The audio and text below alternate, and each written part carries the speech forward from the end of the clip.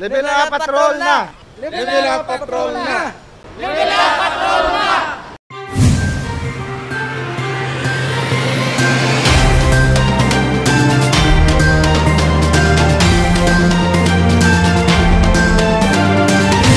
Mga pamatanon nga ginatatap sa Dalayunan Home for Boys ang nahatagan sang palangabuhian pinaagi sa Mayana Livelihood Project.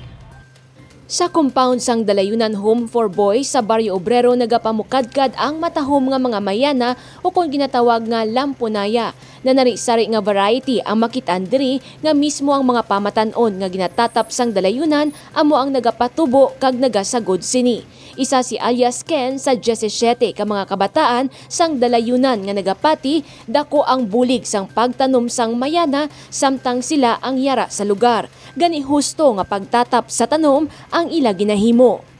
Kung paano magpalangga kasi yung mga tanom kung anong mandang klase tanom kailangan palanggaan mo sa alagaan mo sa mayo na paano sa hindi mapatay bla. Kaya kung pabayaan mo sa mapatay sa mga malunay iyang dahon, kung na nga ginalagaan sa mayo.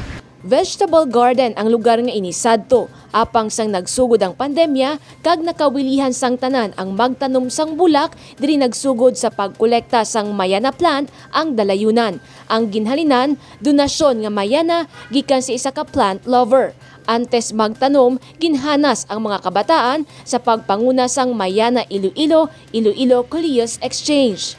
We are happy that the Mayana enthusiast admin donated sa amon sa mga mother plant. Kagintudluan gid nila ang kabataan paano itanom, paano i-propagate ang mga mayana para nga madasig siya magtubo kag mabaligya nila as their form of livelihood. Subong, ang mga tanom nga ini ang nagahatag na sang palangabuhian sa kabataan. Ginabaligya ini sa balor nga 100 pesos ang 3 kapat. Sarangmal makabakal sang 1 kapat sa balor nga 50 pesos. Depende sa kadakoon sini. Ang kita, ginapasulod sa bangko sang kabataan kag ila makuha sa tion makagwa na sa Dalayunan. Apang indi gid lang ini livelihood project para sa mga kabataan.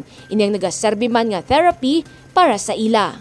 Aside sa pananom nga ma-develop ang ila skills kag ang pagpalangga sa mga tanom, ginaano ko man nga it's a healing para sa ila. Healing sa ila psychological and emotional.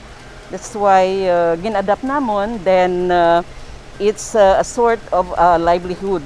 Daw gin-ano namon, gin-connect nga mangin livelihood nila. Kay sa gamay nga butang, maka-earn sila. Bugos ang suporta ni Mayor Jerry Trenya sa sininga proyekto sa Dalayunan. Nahibaluan ang Dalayunan ang gintukod sang tiayon sang alkalde, Mrs. Rosalie Trenya sang 2003. Grabe gid ang support ni Ma'am Rosalie Trenya sa Dalayunan, being the founder of Dalayunan. Kay gidambala niya gid ko nga mahimo gid ko activities, worthwhile activities para sa sining mga kabataan, para hindi sila ma-bored sa pagstay nila diri. Kag it's more of rehabilitation and development sa ila life. Ang suporta ni Ma'am Rosalie hindi lang gani dako. Kay in the sense nga mapatindog na gid ang bag-o nga Dalayunan soon. Amo ginaang kanami sang suporta ni Ma'am Rosalie and ni Mayor Trenyas sa sining aton home for children in conflict with the law.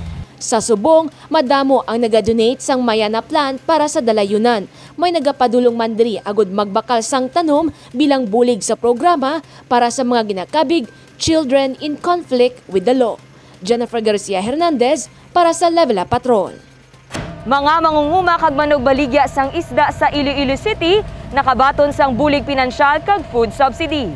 Isa si Annie Rose Talaman sa kapin 274 ka benepisyaryo nga nakabaton sa bulig pinansyal nga 3,000 pesos. Kag food subsidy lakip na ang tunga sa sako nga bugas, 2 ka trays ang itlog, kag kinilo nga manok. Ini ang gikan sa Bureau of Fisheries and Aquatic Resources kag intugyan pinaagi sa Iloilo City Agriculturist Office. Tuman ang kalipay sa mga benepisyaryo sa ila na baton nga kwarta kag pagkaon. Malipayon, dito nga nakabato na po sa mihalin sa ato nga amay sa Iloilo si Mayor Jerry Trinas.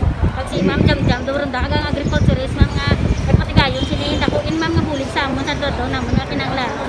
Kaya ra mga time nga wala kami man pankuha wala ma'am sa panagat so mo ni makasapin-sapin kini sa amon. Ginpasalamatan Manila ang lokal nga panguluhan bangod sila ang napilian nga mangin benepisyaryo sang programa.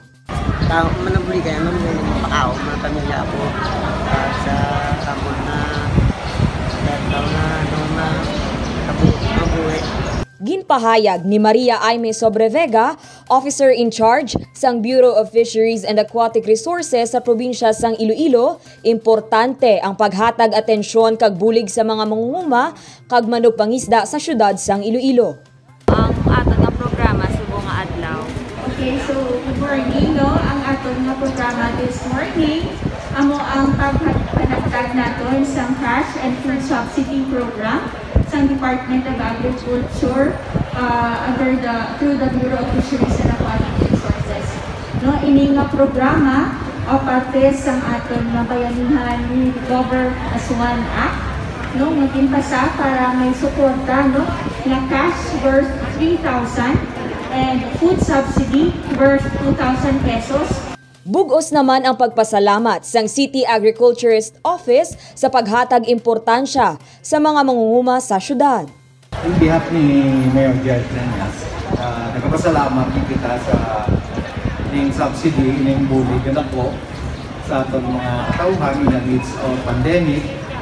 Kaga ang atong tripasuon, hindi dapat nagpapasalamat kaga usaron nato ni sa hustugid ang ginahatag sa BA to BFAR na bulig sa aton mga fisher folks. Sa Pebrero 22, may pagahiwaton nga 3-day Level Up Integrated Farm Training nga pagapasakupan sa mga barangay officials.